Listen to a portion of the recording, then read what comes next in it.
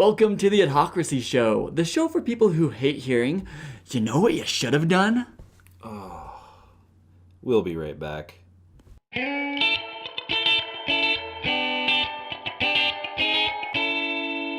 Welcome back. I'm JD Melville. And I'm David Landeen. And before we get to our topic today, we want to make sure that you subscribe and like.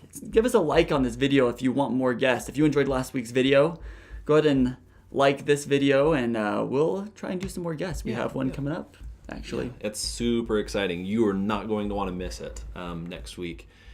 You will really want to tune in for that. This week... Oh, and we have new videos. If you didn't know this, we have new videos every Monday. Every Monday. So, and the more... We may try and expand that someday, but right now, every Monday, try and do it in the morning so you can watch it before you go to work or, whenever you want. Yeah, absolutely. Oh, and go over to the Adhocracy Show. There we continue answering the love questions that will scientifically have you, the viewer, falling in love with us. Today's topic was love and friendship. Oh, yes. That sounds really interesting. Yeah. But today we're going to get into maybe a little less love. Maybe a little more things that you don't want people to say to you. As a creative, whatever your field is. You could be a writer. You could be, just anything that involves creativity. People mean well. They don't understand how we work and how our jobs work. And because we have fun at what we do, they don't understand what that takes. No, it could be an innocent thing. They don't know. It could be a compliment, but backhanded. So this episode will help you with two things. Number one, if you are not a creative, let's say you're like the boss of a company and you have a design agency, this will help you know what you shouldn't say to that person. Absolutely. Now, if you are a creative and you get these things said to you, then number one, you'll be prepared. But number two, you can maybe give them a suggestion of a better way of saying it. Because we are also, not only are we going to tell you what not to say, but we're going to tell you how to say it. And this is a segment that we're going to start. We put the question out to a couple groups in LinkedIn and got an overwhelming response of answers. So we will make this a segment. This segment is called Don't Say That. All right, first one. Have you ever heard somebody comes up to you and they say, maybe you show them your first design, your first video, or, your first idea. Or maybe it's even like a very fleshed out idea. Yeah. Maybe you're towards the end. And they're like, I like where this is going, but could you make it pop more? Don't say that. First off, when you say pop, what do you mean? The piece that you are making has a purpose, right? There's a strategy behind it. You really are trying to get something done. So when you say pop more, what exactly are you trying to say? I think what they're saying is they want you to create a pop-up book. And so you open up the mailer and this princess castle pops up. That is definitely going to pop more. There are hundreds of ways to make something pop. Balloon design.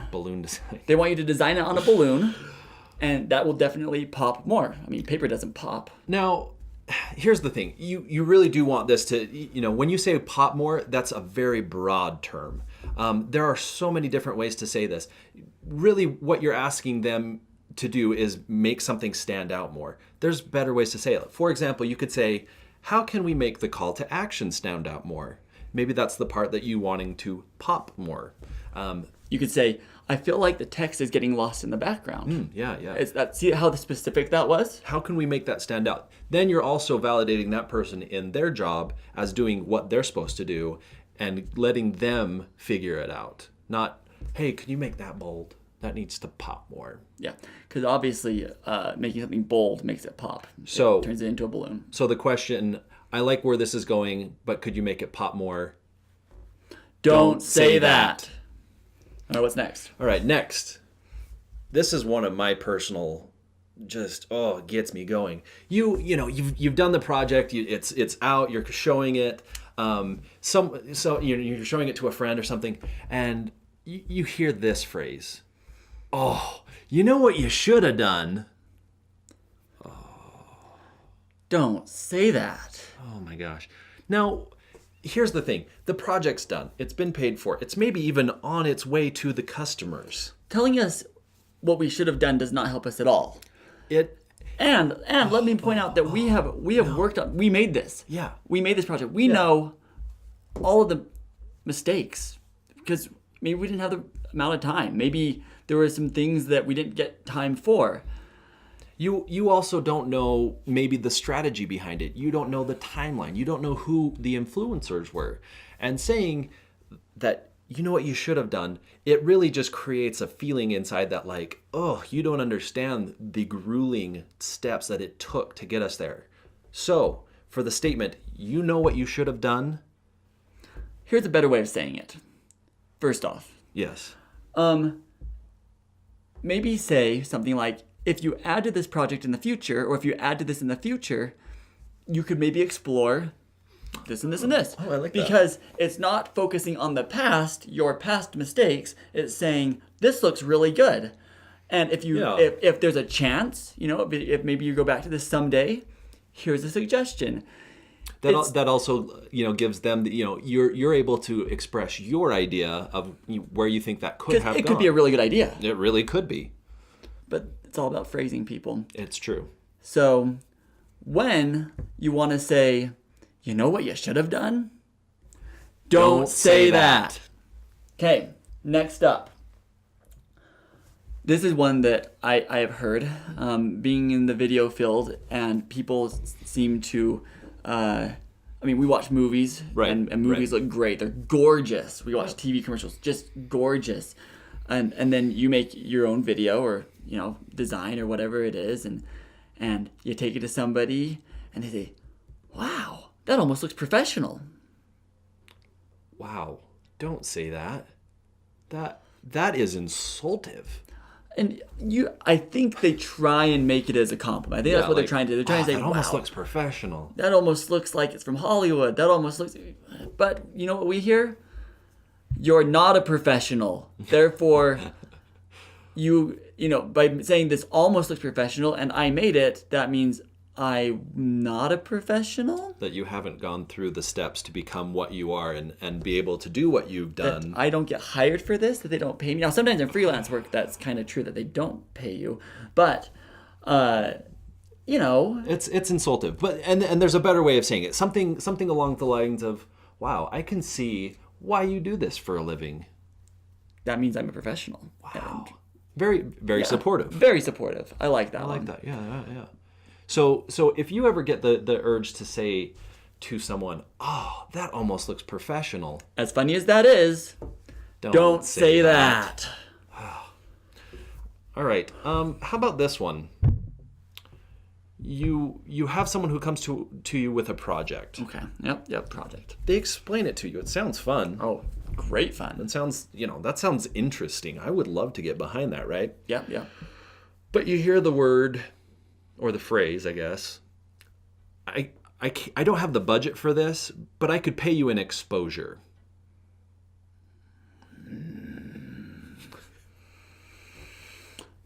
Don't say that. Yeah, please don't say that. Exposure is something that you die of from being out in the wilderness without clothes. Exposure is a setting on a camera. It is. And, one to help you get into the right place. Exposure, the only way that could actually be worth what it is if you have something that would bring to you. Like if you're actually going to go to another client and say, hey, client, come hire this person. Hey, audience that is massive, go check out this one awesome YouTube channel. Yeah. Hey, share this with your friends. We can pay you an exposure. We can pay you an exposure. We will say your name on the show. It's not a form of payment. No, it doesn't. And when you're working for a company, I've had this enough that when you are given a job from a company, no company is going to put you on their front page. They're not going to say, hey, look how great of a job X designer did, X videographer did. Yeah, you may be a note in the back of the magazine, maybe. Probably not, though. You can't really pay an exposure unless you have a way of paying that exposure. But even then, it's not worth it. Now, this is actually really close to being good. Okay. This is actually really close to being what you should say. Okay. What's the way to phrase this better? So rather than saying, I can pay you an exposure, you say, I can pay you. That's the end. That's it. Oh, that's the end. I can pay you. Oh. Right? Because that changes everything. All of a sudden, it's like, oh wait, there will actually be payment involved. Interesting. Yeah. See, here's the thing: when you've got a designer, someone who's going to go in depth into your company, go into your strategy, really work and bring a video, some piece of art, Writing, writing, any of those things. It's not just a pretty picture. It's something it's going to support your business. It's going to support what you're doing, and you're not going to want to pay an exposure, because the other part with that is, am I going to give my 100% for the promise of more work? No. I want to be paid for what I'm doing, and it would be great if exposure came along with it, but that's not definitely. So if you ever feel the need to say, I can pay you an exposure, don't say that. Okay. Now, I imagine you get this quite a bit, this next one, because as children, we were amazing at drawing. We could sit down and draw a stick figure, draw a horse, draw anything we wanted, and we'd go and show it to mom and be like, oh, that's amazing. And it would take you maybe 5 minutes to do, and you get all this praise, and it was so great, right? And so in the design world, we may have this same idea that designers are really just amazing 3-year-old artists. And so somebody will come up to you and they'll be like, hey, could I have this project for you? Or maybe it's something where it's like you show them a draft and they want some things changed, but again, like you don't have a lot of time. You have like a billion other projects. So you say, well, I don't know, and say, hey, this shouldn't take you very long. This shouldn't take very long for someone who knows what they're doing. Oh, please don't say that. Here's the thing. I do get this a lot. You get people who, we do have the technology to quickly change things. We do have the technology to do all sorts of things. But changing a color really quick, throwing a logo together really quick, doing anything really quick is not the way to go. If you're really doing something right, you're going to do it well. You're going to take the steps. You're going to go through the process. If you needed a trade show graphic last week, you really should go through the process of doing this. Please don't say this.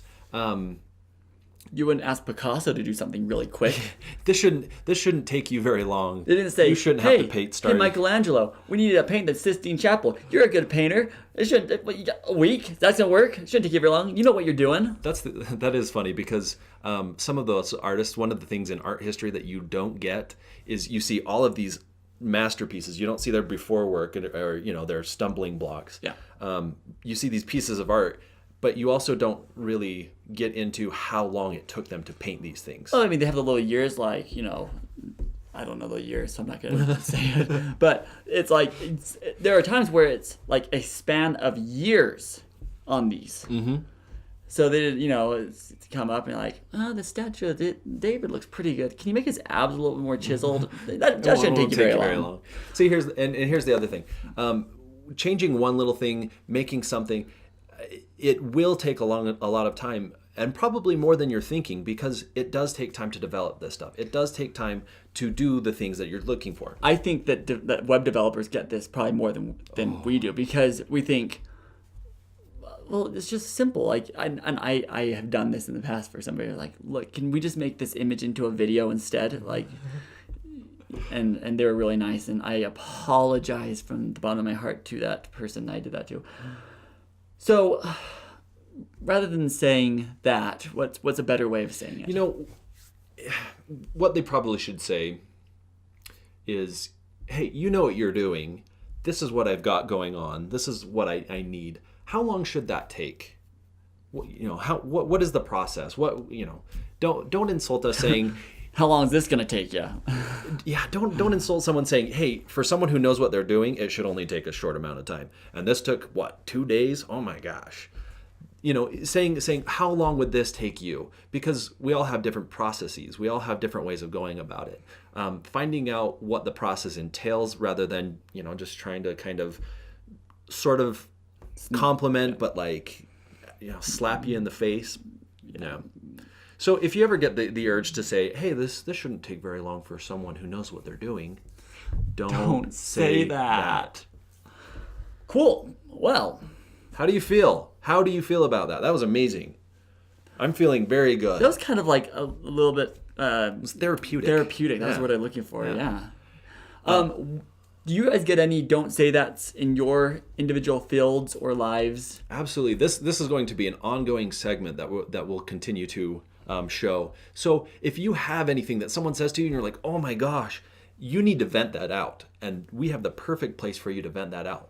Come to us, share on our Instagram, our Facebook, our Twitter, and we will incorporate that into here. We'll also chop these down into little videos that you can share with those people so that they understand that they should not say that. Yeah. So thanks for liking, commenting, sharing, and subscribing. We really do appreciate our subscribers and those who interact with us. Yeah, absolutely. On our individual or social medias and in the comments below. And for the made-up fact of the day, if you subscribe below, a creative somewhere in the world will be paid finally. Help the designers. Please help the designers. Subscribe. Subscribe. When I got married, like for the first little while, I was like, okay, who's really her best friend? Like,